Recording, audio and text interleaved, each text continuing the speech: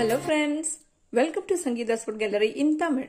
நாம் இன்னைக்கு சிம்பிளான ஒரு கார சட்னி எப்படி செய்யறதுன்னு பார்க்கலாம்.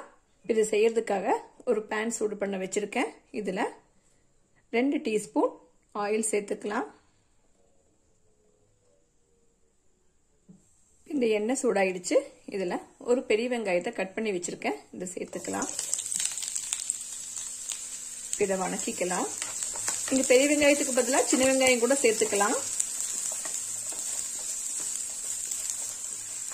இந்த வெங்காயம் எல்லாம் லைட்டா வதங்கிடுச்சு.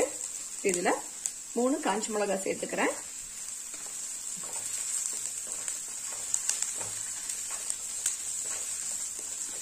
இதுல 4-5 கருவேப்பிலை கூட சேர்த்துக்கலாம்.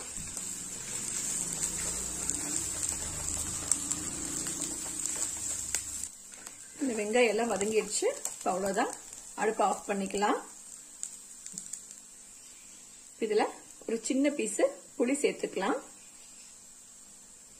தேவையான அளவு உப்பு கூட சேர்த்துக்கலாம். அவ்வளவுதான், இதை ஆற வச்சிடலாம். ஆறினதுக்கு அப்புறமா தேவையான அளவு தண்ணி சேர்த்து இதை அரைச்சுக்கணும். பாருங்க, இந்த சட்னியை தேவையான அளவு தண்ணி சேர்த்து அரைச்சு எடுத்து வச்சிருக்கேன்.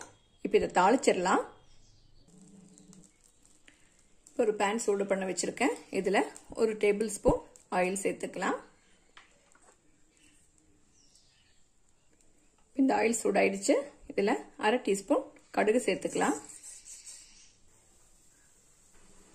1/4 டீஸ்பூன் உளுத்தம்பருப்பு சேர்த்துக்கிறேன். இதெல்லாம் நல்லா பொரிஞ்சிருச்சு. இதுல கருவேப்பிலை சேர்த்துக்கலாம்.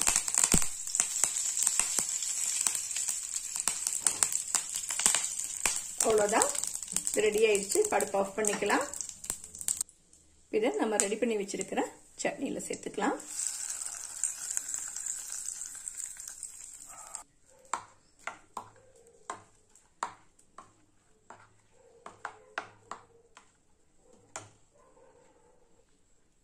அவ்வளவுதான், பாருங்க, சூப்பர் டேஸ்ட்ல கார சட்னி ரெடி ஆயிடுச்சு.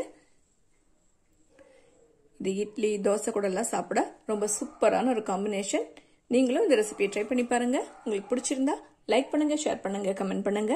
என்னோட சேனலை சப்ஸ்கிரைப் பண்ணுங்க. தேங்க்ஸ் ஃபார் வாட்சிங்.